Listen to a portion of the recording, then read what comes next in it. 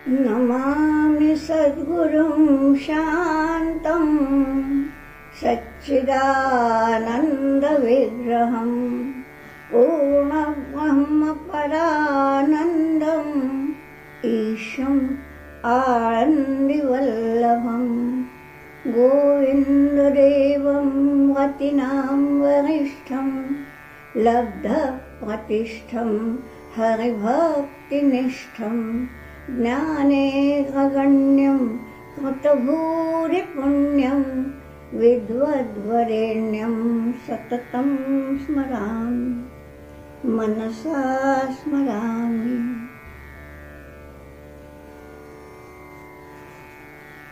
कल हमने देखा था कि सर्वभूतात्म भूतात्मा कुर्वन्नपि न लिप्यते। यहाँ हम रुके थे कि जो ऐसा ऐसा है वो कुर्वन अपि यानी कर्म करते हुए भी न लिप्यते यानी कर्मों के बंधन में नहीं फंसता। तो क्या क्या करता हुआ, इसके लिए जो श्लोक थे दो, उनका कल पठन तो हो गया, अब सीधे उसका विवेचन शुरू करेंगे। क्या बतलाया है कि नैव किंचित करोमि इति युक्तः तत्ववित् मन्येत। यह है मुख्य वाक्य, मेन क्लॉज। क्या है? तत्ववित् युक्तः मन्येत यानी जो युक्त है, यानी जो योग युक्त है, ईश्वर से जुड़ा हुआ है वो, और तत्ववित् तत्व का जानकार है, तो वो मन्येत वो मान ले। क्या मान ले यही बताया है। क्या क्या करते हुए देखिए, जो युक्त है वो नैव किंचित करोमि इति मन्येत। न एव बतलाया है। एव यानी नहीं ही, न का मतलब नहीं और एव मतलब ही। मैं नहीं ही, नैव किंचित करोमि, मैं कुछ भी किंचित भी नहीं करता। यानी वो करता तो है, कर्म तो कर रहा है, लेकिन मैं कुछ नहीं कर रहा हूँ, ये मन्येत ऐसा मान ले। कौन मान ले? साधारण आदमी तो नहीं मानेगा ना। साधारण आदमी तो मैंने किया यही बोलेगा। ये लेकिन जो तत्वविद है, जो युक्त है, वो ऐसा मान ले। तो क्या क्या करते हुए, तो सारी क्रियाओं का भी बतलाया है। देखिए, पश्यन, शृण्वन, स्पृशन, जिघ्रन, अश्नन, पांचों ज्ञानेंद्रियों के कर्म बताया। पश्यन यानी देखते हुए, शृण्वन यानी सुनते हुए, स्पृशन यानी स्पर्श करते हुए, यानी ये सारी हमारे पांचों ज्ञानेंद्रियां है ना। तो स्पृशन, जिघ्रन, जिघ्रन यानी सूंघते हुए, और अश्नन यानी स्वाद चखते हुए। तो ये जो हमारे पांच ज्ञानेंद्रियां हैं, इनसे काम लेते हुए काम करती रहती है इंद्रियां। इंद्रियां कुछ नहीं, देख भी नहीं रही है, सुन भी नहीं रही है, ऐसा नहीं है, लेकिन ये इंद्रियां ही काम करती रहती है। मेरा इनसे कोई लेना देना नहीं, ये सोचना। तो पश्यन, शृण्वन, स्पृशन, जिघ्रन, अश्नन, यहाँ तक तो हो गई ज्ञानेंद्रियों की काम। फिर क्या बतलाया? गच्छन चल रहा है, स्वपन सो रहा है, श्वसन सांस ले रहा है, प्रलपन बोल रहा है, विसर्जन दे रहा है, गृह्णन ले रहा है, उन्मिषन निमिषन नपि, उन्मिषन यानी आंखें खोलना, और निमिषन यानी आंख बंद करना, या आंख हम खोलना बंद करना नहीं, पलक झपकना जो है, तो पलकों का झपकना, ये सब करते हुए भी नैव किंचित करोमि इति मन्येत, मैं कुछ नहीं करता हूँ, ऐसा ही सोचना है। अब यहाँ देखिए, पहले तो ज्ञानेंद्रियों के काम बताए, फिर गच्छन, गृह्णन, स्पृशन, ये कर्मेंद्रियों के काम बताए। चलना है पाँव का काम, लेना या देना यह है हाथ का काम। यहाँ तक तो हमारे समझ में आ गया कि कर्मेंद्रियों से और ज्ञानेंद्रियों से। प्रश्न कहाँ उठता है? श्वसन। अब हम सांस लेते हैं, या हम पलक झपकाते हैं, यानी हमारे क्या गिनते हैं हम कि दिन में कितनी दफा हमारे पलक बंद हुई और खुल गई? ये तो होता रहता है। क्या कभी हम गिनते हैं कि मैंने दिन भर में कितनी सांस ली और कितनी छोड़ी? होता रहता है। हम चाहे सो जाए तो भी ये चलता ही रहता है। मैंने आंखों का झपकाना नहीं, लेकिन सांस का तो ये तो चलता ही रहता है। रक्ताभिसरण होता ही रहता है। ये जो है इस समय सही माने में जो अनाड़ी भी है वो भी ये नहीं सोचता कि मैं कर रहा हूँ, मैं सांस ले रहा हूँ, मैं छोड़ रहा हूँ, मैं पलक झपका रहा हूँ, ये नहीं सोचता ना। फिर यहाँ क्यों बताया? ये तो ठीक है कि कर्मेंद्रियों से और ज्ञानेंद्रियों से काम करते हुए मैं कुछ नहीं कर रहा, इंद्रियां कर रही हैं, ये सोच लेना अपेक्षाकृत आसान है। लेकिन ये तो हम सोचते ही नहीं ना कि मैं सांस ले रहा हूँ। फिर ऐसा क्यों बतलाया? इसलिए बताया, देखिए ये भगवान की वाणी है। भगवान की वाणी में कुछ भी फालतू नहीं। तो क्या बतलाया है? देखिए, जब हम प्राणायाम करते हैं तब कहा जाता है ना कि अपने सांस पे ध्यान रखो, सांस कहाँ जा रही है। जिनको प्राणायाम का अभ्यास है वो जानते होंगे। यानी जो क्रिया सहज रूप से, स्वाभाविक रूप से होती है, उसको भी हम मैं सांस छोड़ रहा हूँ, मैं सांस ले रहा हूँ, अभी मैं दीर्घ श्वसन कर रहा हूँ, ये सोचता है प्राणायाम करते समय।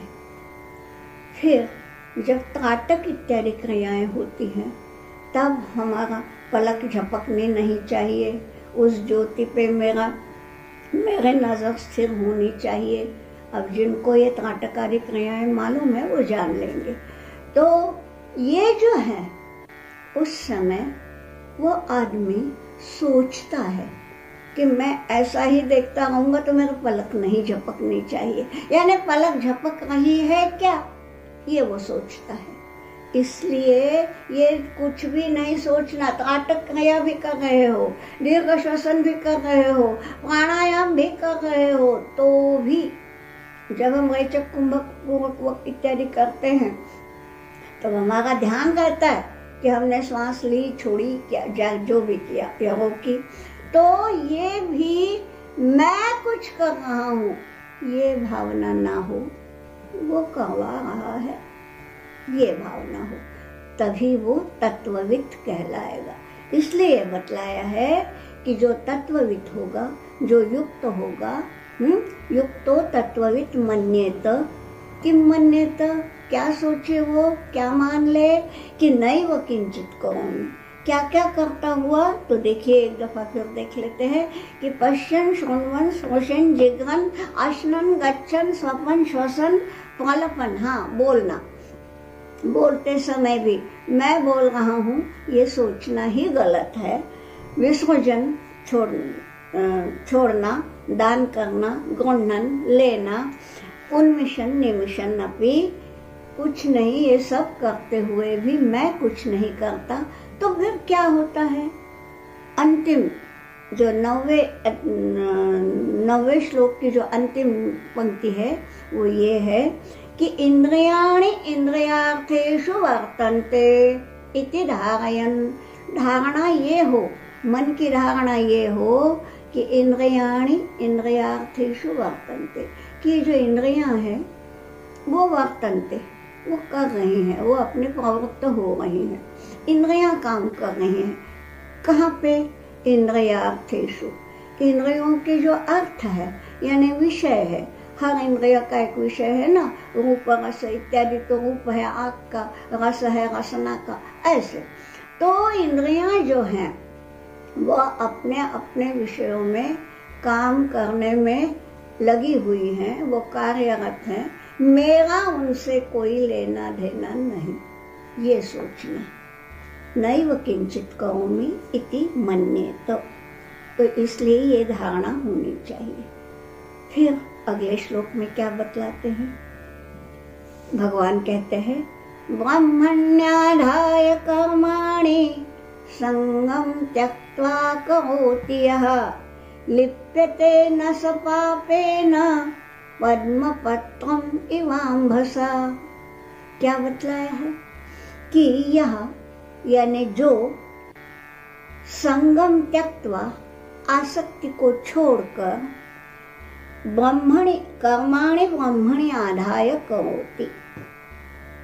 कर्माणि करोति, कर्म करता है, लेकिन कैसे करता है देखिए।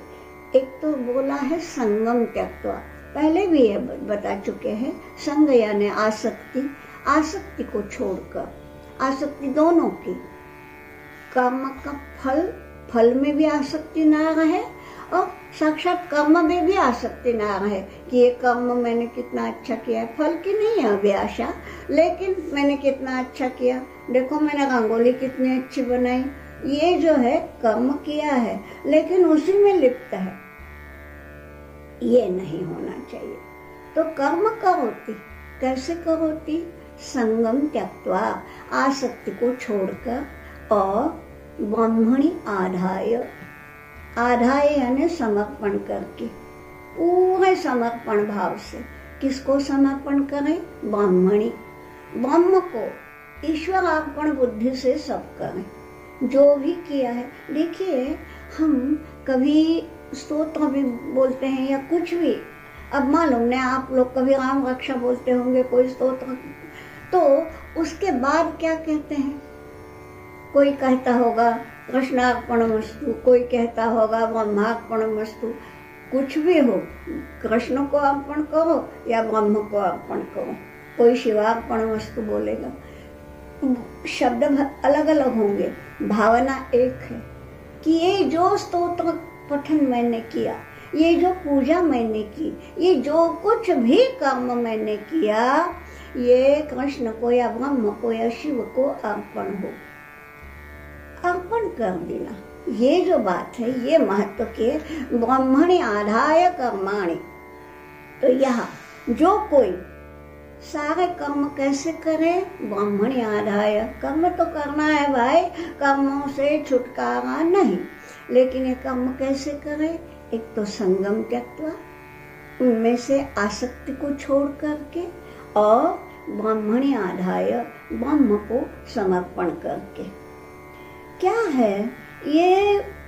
अब हम आसक्त क्यों होते हैं? होता ये है कि इन सब में हमारे मन में एक भावना होती है कि ये मैं कर रहा हूँ या इसका मुझे फल मिलेगा। हाँ, तो असल में बात ये है कि जो भी हम करते हैं ये इंद्रियां हैं, किसने दी? हमने बनाई? नहीं। कोई पैदाइशी अंधा होता है, अगर उसके हाथ में होता तो वो अंधा होता ही नहीं। ये हमारे हाथ में क्या है? ये इंद्रियां जो काम करती हैं उनमें स्वामित्व तो किसका है? ईश्वर का। ठीक है, अच्छा, अब वो इंद्रियां काम करती हैं, आंख देखने का काम करती है, कान सुनने का काम करते हैं। ये किसने ठहराया जी? आपने? हमने? नहीं, ये तो प्रकृति ने ठहराया है। अब ये प्रकृति ने ठहराया है तो देने वाला स्वामी है ईश्वर, उनमें वो क्षमता, कानों में सुनने की क्षमता, आंखों में देखने की क्षमता, ये किसने दी? प्रकृति ने। ठीक, और जो हम कार्य करेंगे खुद के लिए नहीं करना है। गीता ने पहले ही बता दिया कि ये यज्ञार्थ है, तो कार्य जो है वो संसार के लिए है। देखिए न मैं इन कामों का स्वामी हूँ, न मेरे लिए कर रहा हूँ, और जो कर रहा हूँ वो भी तो प्रकृति की देन है, इसलिए कर रहा हूँ। अब ममत्व भाव कहाँ, मैं कहाँ बचा? तो इसलिए संगम त्यक्त्वा, उसमें लिपट जाना, ये मैंने किया उसमें आसक्त होना, ये तो बिल्कुल मूर्खता है, ऐसा गीता जी का कहना है। तो इसलिए ब्रह्मणि आधाय कर्माणि संगम त्यक्त्वा करोति, यहाँ वो, यहाँ यानी जो स पापेन न लिप्यते, वो किसी भी पाप से कभी लिप्त नहीं होता, क्योंकि वो कर्म में ही लिप्त नहीं है। अर्जुन के मन में जो आशंका है कि मैं पाप का भागी बनूंगा, तो नहीं भाई, तुम कर्तव्य बुद्धि से करो और संसार के हित के लिए करो कि यदि अभी युद्ध नहीं किया तो ये जो अन्याय करने वाला जो है दुर्योधन, ये प्रजा को तकलीफ देगा, प्रजा को कष्ट देगा, ये अच्छा उसका राज्य नहीं होगा, और इसलिए यदि संसार का भला करना है तो ये युद्ध अटल है। ठीक, तो इसलिए सपापेन न लिप्यते। कैसे? बड़ी सुंदर उपमा दी है, पद्म पत्रम इव अंबसा। पद्म पत्र, कमल का पत्ता। देखा होगा आपने कि कमल खड़ा तो है पानी में, पत्ते के ऊपर भी, नीचे भी पानी है, ऊपर से ओस की बूंदें भी गिरती हैं, फिर भी पानी से उसका लेना देना नहीं है। आपको मालूम होगा कमल का पत्ता जो है वो थोड़ा ऑयली रहता है, तो पानी उसमें टिकता ही नहीं। पानी की बूंद उसमें गिरती है ना, ओस की बूंदें गिरती हैं, गिर भी गई तो पत्ता यूं हो गया तो निकल जाता है, पत्ता गीला होता नहीं। पानी है उस पर, लेकिन उस पानी का स्पर्श उसको नहीं हुआ। ये जो है इस संदर्भ में रामकृष्ण परमहंस का एक वाक्य याद आ रहा है। वो कहते थे, देखिए हमारे नाव नैया हमारे पानी में चलती रहे, अच्छी बात है, शांत भाव से, तो पानी है, पानी में ही नैया चल रही है, लेकिन पानी को नाव के अंदर मत घुसने दो, वो अंदर आए तो नैया डूब जाएगी। ये जो है कि संसार में हम कर तो रहे हैं, संसार में ही रहना है, तो संसार के सारे कर्म तो करने ही है। देहधारी है तो देह धर्म है, वो तो करने ही है, लेकिन इस संसार में लिप्त मत हो, यानी उस संसार को अपने भीतर मत आने दो, जैसे नाव के भीतर पानी ना आ जाए।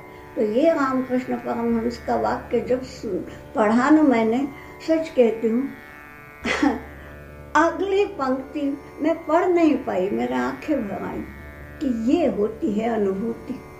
ऐसा है, तो ये बतलाया है कि पद्म पत्र विवाम्भसा, कि पद्म का पत्र, कमल का पत्ता, जैसे अंभसा, अंभस यानी पानी, जैसे वो पानी से न लिप्यते, पानी का उस पे लेप नहीं चढ़ता, पानी भले ही उस पे आ जाए वो उसको निकाल देता है। संसार में है फिर भी संसार में लिप्त नहीं, ऐसा जो है तो वो कैसा करता है, ये तो बतला दिया कि लिप्यते न स पापेन, तो वो कैसे कैसे कर्म करता है। अब अगला श्लोक बताते हैं, कायेन मनसा बुद्ध्या केवलैरिन्द्रियैरपि योगिनः कर्म कुर्वन्ति संगम त्यक्त्वा आत्मशुद्धये। योगिनः आत्मशुद्धये कर्म कुर्वन्ति, बहुत बड़ा सिद्धांत है। योगिनः, जो योगी हैं वे भी काम करते ही हैं, कोई भी काम हो, बोलते हैं, चलते हैं, तो ये जो काम है वो क्यों करते हैं? संगम त्यक्त्वा, ये तो बतला ही दिया, ये तो पहले श्लोक में भी आया कि आसक्ति को छोड़कर। अब वो योगी हैं, योगी तो आसक्त हो नहीं सकता, इसलिए योगी में आसक्ति तो नहीं है, फिर करते क्यों हैं? आत्मशुद्धये, ये है महत्व की बात, यानी जो काम करना है इससे मैं शुद्ध होता जाऊं। हम गीता जी का अध्ययन करते हैं, गीता जी का पठन करते हैं, पाठन करते हैं, सब में एक ही बात है कि दिन ब दिन जो मेरा अंतर थोड़े बहुत विकार तो होंगे, कुछ मल होंगे, सब निकल जाए, शुद्ध हो जाए, और हम जब भगवान से मिलेंगे ना तो शुद्ध होके मिलेंगे। कुछ भी यहाँ की गंदगी हम साथ नहीं ले जाएंगे। ये आत्मशुद्ध है। ये तो योगी ना कर्म कुर्वन्ति, काम करते रहते हैं योगी भी, लेकिन संगम त्यक्त्वा, किसी भी चीज में वो सक्त नहीं है, आसक्त नहीं है, बल्कि आत्मशुद्ध है। तो ये काम कैसे करते हैं?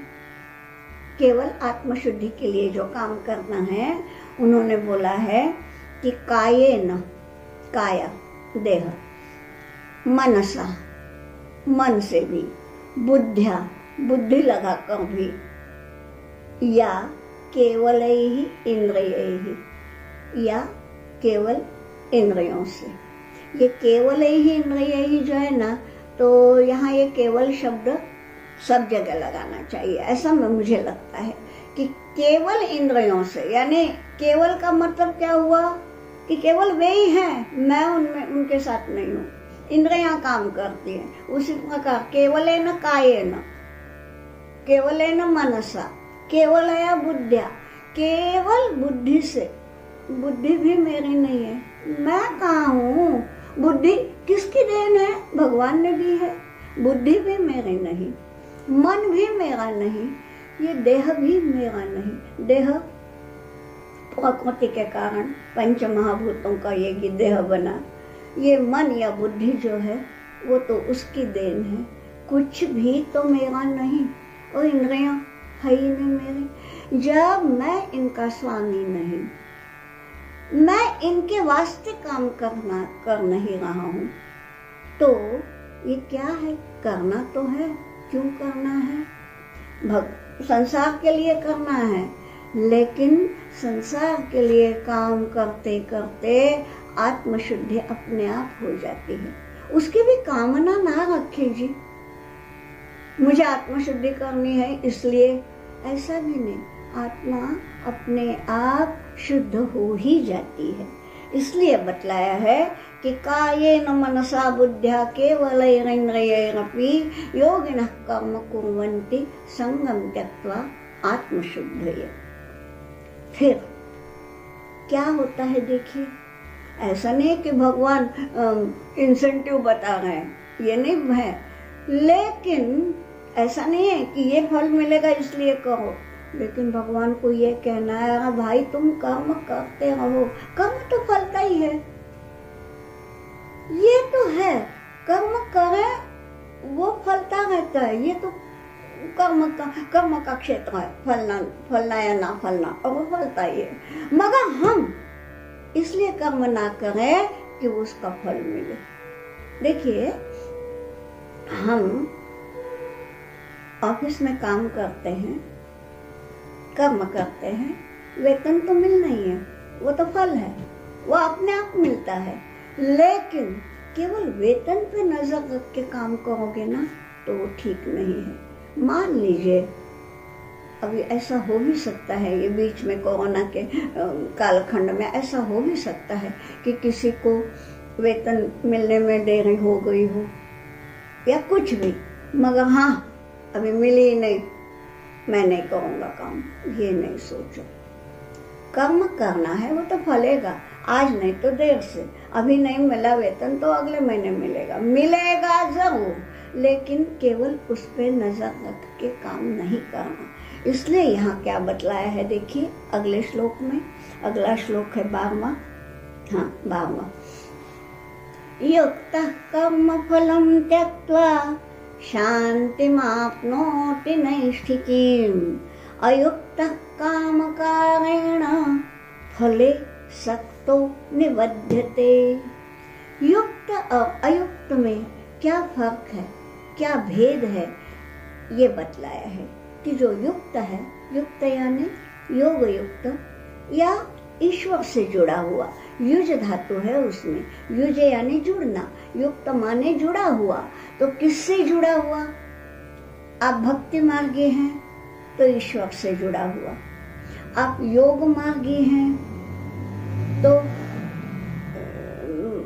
इससे योग क्रिया से जुड़ा हुआ, आप ज्ञान मार्गी हैं ज्ञान से जुड़ा हुआ, लेकिन युक्त होना चाहिए। तो जो युक्त है, जो ज्ञानी भी है, जो योगी भी है और भक्त भी है, वो युक्त है। जो युक्त हो गया ना, भगवान से जुड़ गया कि हाँ आज मेरे हाथ से इतना काम हो गया, संतुष्ट हो गया। देखिए, एक जॉब सेटिस्फेक्शन होता है, काम किया उससे भी आनंद मिलता है। फल उसका मिलेगा जब मिलेगा, काम किया है फल मिलना ही है, लेकिन फल की तरफ आशा ना रखे, नजर ना रखे, ये बताया है। तो यहाँ कितना सुंदर शब्द है, नैष्ठिकीं शान्तिम् आप्नोति।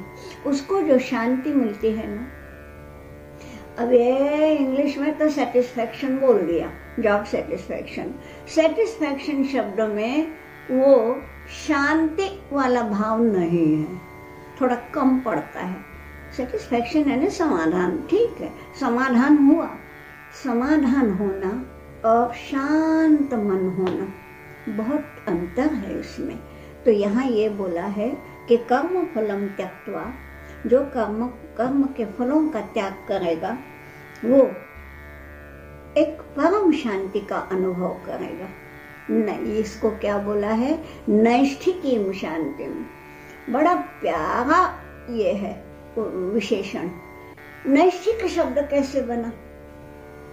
निष्ठा से बना, निष्ठा से उत्पन्न। निष्ठा से उत्पन्न शांति है। शांति भी अलग प्रकार की हो सकती है, ये निष्ठा से उत्पन्न शांति है। और निष्ठा में क्या है, जो संस्कृत वाले हैं वो जानेंगे। नि उपसर्ग है, स्था धातु है। स्था यानी रहना और नि यानी नितांत। नितांत रहना, जिसमें हम हमेशा हर क्षण हर पल जिसमें स्थित रहते हैं ना, जिसमें रहते हैं उस पे निष्ठा है, ये बोलते हैं। और निष्ठा से जो शांति मिलती है, यानी मन तो हमारा भगवान में ही है, हाथ काम कर रहे हैं, मुंह बोल रहा है, आंखें देख रही हैं, अपना अपना काम अपनी अपनी इंद्रियां करती हैं। इंद्रियों को करने दो, मन तो हमारा भगवान में लगा है। ये जो शांति है, और इस शांति में क्या मिलता है, जो है न सुख, उस सुख को शब्दों से नहीं बताया जाएगा। ब्रह्मानंद कुछ अलग ही है, वो अनुभव की चीज है जी, शब्दों में क्या बताएं। तो वो नैष्ठिकीं शान्तिम् आप्नोति। ये क्यों मिलती है? क्योंकि ये जो भी काम कर रहा हूं ना, ये मेरा नहीं है और ये मेरे लिए भी नहीं है, और मुझे इसका फल नहीं चाहिए। अब मैं लुप्त हो गया, काम करने वाला भी मैं नहीं, काम कब फल पाने वाला भी मैं नहीं, मुझे चाहिए ही नहीं। और ये जो काम कर रहा हूँ, ब्रह्मा अर्पणमस्तु बोल दिया है, यानी ये मेरा नहीं है, यानी इसका कुछ भी नहीं है, न मेरे लिए है कर रहा हूँ, न मेरा है इसलिए कर रहा हूँ, न मुझे चाहिए इसलिए कर रहा हूँ। तो मैं बचता ही नहीं ना, और जहाँ मैं निकल गया वहाँ शांति ही शांति है। इसलिए ये नैष्ठिकी शांति है। नैष्ठिकी क्यों बोला? कि स्था रहना, स्था तिष्ठति का मतलब है रहना, रहता है। कौन रहता है? हम लोगों के मन में तो अहम रहता है ना उसको भूलते ही नहीं हम लोग। तो जहाँ ये हम निकल गए, बड़ा अच्छा है। अब हिंदी में बोल रहे हैं इसलिए थोड़ा सा शब्द को तोड़ मरोड़ के बोलती हूँ। अहम शब्द क्या है? जहाँ हम है ना, वहां पे जहाँ अहम का लोप हो जाएगा तो क्या होगा? अ बोल दिया है, अ यानी नेगेशन। फिर क्या होगा? अहम मिट जाएगा ना, तो अ निकल गया तो हम सब बचते हैं। अ निकल गया तो हम बचते हैं। मुझे मालूम है अहम शब्द वैसे नहीं है, ह पे अनुस्वार है, लेकिन अब हिंदी का थोड़ा सा तोड़ मरोड़ के बोले तो अ निकल गया अहम से तो हम बचते हैं। और हम यानी कौन? समष्टि, व्यक्ति नहीं, एक व्यक्ति नहीं, सभी कोई। काम जो मैं कर रहा हूँ मैं मेरे लिए नहीं, हमारे लिए कर रहा हूँ, संसार के लिए कर रहा हूँ। अब भैया ये संसार क्या है? ये तो उसकी सृष्टि है। ये सृष्टि का विधाता वो है, परमेष्ठी है। तो ये सब जो है ये परमेष्ठी के लिए है। तो ये जब में हो गया, अहम जब पूरी तरह से लुप्त हो गया, तो शांति मापनोति नैष्ठिकीम्। ये हो गई युक्त की बात। और अयुक्त क्या होता है? अयुक्त काम कारेण फले सक्तो निबध्यते। अयुक्त निबध्यते, जो अयुक्त है, वो जो योग युक्त नहीं है, वो निबध्यते यानी बंधन में पड़ता है। अब बंधन में पड़ता है माने जो भी उसने कर्म किया उसका फल उसको भोगना ही है। कुछ तो इस जन्म में भी भोग लेते हैं और कुछ संचित कर्म हो जाते हैं, तो उनको भोगने के लिए उसको अवश्य है कि अगला जन्म लेना पड़े, यानी वो बंधन में फंस गया। तो निबध्यते, निबध्यते यानी बंधन में फंस जाता है। अब क्यों? क्योंकि फले सक्तः, फल में आसक्त होने के कारण वो निबद्ध होता है। वो जो बंधन में पड़ता है उसका ये मूल कारण है कि वो फल में आसक्त है। असल में क्या होता है, कर्म फल बोले तो भी अब जाने तो उतने अंदर नहीं जाते, नहीं तो दृष्ट वगैरह वगैरह बहुत कुछ है, लेकिन जाने दीजिए उतना अंदर तक नहीं जाते। इतना ही ठीक है कि फले सक्तः निबध्यते, फल में आसक्त होने के कारण वो बंधन में पड़ता है। दोनों का बताया। पहले लाइन में युक्तः, युक्तः शांति मापनोति नैष्ठिकीम्। जो युक्त है वो परम शांति का भागी होता है, उसको परम शांति मिलती है। और जो अयुक्त है वो बेचारा बंधन में पड़ता है। बेचारा नहीं है, खुद ही किया है उसने, लेकिन उसको बंधन में पड़े बिना होता ही नहीं, पड़ता ही है। काम कारेण फले सक्तो निबध्यते, क्योंकि वो कामनाओं से भरा हुआ होता है। और इसलिए एक श्लोक है, हो जाएगा थोड़े से समय में, इसलिए हम ले रहे हैं। अभी 13वां श्लोक है। सर्वकर्माणि मनसा सन्न्यस्यास्ते सुखं वशी, नवद्वारे पुरे देहि नैव कुर्वन् न कारयन्। सर्वकर्माणि मनसा सन्न्यस्य, कर्म तो करता है लेकिन मनसा सन्न्यस्य, मन से संन्यास है। देखिए, कर्म का संन्यास नहीं, कर्म नहीं छोड़ने हैं, उनमें जो हमारा मन रहता है ना, मैं काम कर रहा हूँ, उसमें दो बातें हैं। मैं काम कर रहा हूँ माने मैं करता हूँ ये भाव, और मैं कर रहा हूँ यानी अहम भाव। ये दोनों जो भाव है ना, ये उठते कहाँ है? मन में। तो इसलिए मनसा संन्यास्य, मन से उनका संन्यास करके फिर क्या है? सुखम आस्ते, आस्ते यानी बैठा रहता है, यानी बैठा रहता है का इसका मतलब ये नहीं कि निठल्ला बैठता रहता है, बैठा रहता है माने सुख पाता है। वो बोलता है ना, हाँ भाई अब मैं आराम से बैठा रहूंगा। इसका मतलब क्या? काम भले ही कर रहा है, लेकिन बैठा रहने का मतलब ये है कि वो मन स्थिर है, कहीं भी मन में उथल पुथल अशांति नहीं है। सुखम आस्ते, कौन? उसके लिए नाम दिया है वशी, जो वशी है। वशी यानी जिसने सारे इंद्रियों को, मन को, बुद्धि को, अहंकार को वश किया है, वो है वशी। तो जो सबको वश में करता है ना, वो सुखम आस्ते, वो आराम से बैठा रहता है। और नवद्वारे पुरे देहि नैव कुर्वन् न कारयन्, वो जो इसमें जो देही है, देह तो ये है जिसमें ये सारी इंद्रियां हैं, ये है वो है, लेकिन देह के अंदर बसने वाला कौन है? जो निरंतर है वही तो काम करवाता है ना। वो निकल जाए तो ये देह पड़ा रहेगा, देह कुछ नहीं करेगा। वो अंदर बैठा है, वो है देही। तो वो देही जो है वो सुखम आस्ते, वो तो निश्चल बैठा है। और कैसा है? नैव कुर्वन् न कारयन्, वो देही न कुछ करता है न कुछ करवाता है। कितनी मजे की बात है। कई दफा जो बॉस होते हैं ना ऑफिस में, वो स्वयं नहीं करते, जो है उनके हाथ के नीचे उनको बोलते हैं तुम ये करना, ये तुम करना, वो तुम करना। कोई क्लार्क होगा, कोई हेड क्लार्क होगा, कोई कुछ होगा, उनको सब बता देते हैं ये तुमने करना है। खुद कुछ नहीं करता पर करवा लेता है। अब वो जो क्लार्क है वो खुद करता है, ठीक है। ये देही कैसा है? नैव कुर्वन् न कारयन्, ये करता भी नहीं, करवा भी नहीं लेता।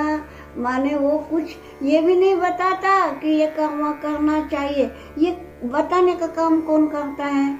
आज की भाषा में यदि कोई डॉक्टर्स हैं तो ये बताएंगे कि ये जो है ये हमारा मस्तिष्क, हमारा ब्रेन देता है ऑर्डर, तब हमारा हाथ पांव या जो भी है ये काम करते हैं। वो ब्रेन ऑर्डर देता है तब, ठीक है। अभी ब्रेन हो गया बॉस, ठीक है।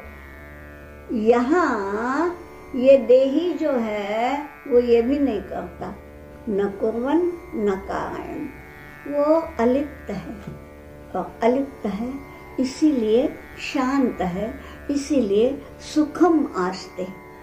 नवद्वार है पूरे, इसके नवद्वार के लिए अब हम समय नहीं है, थोड़ा सा कल बताएंगे।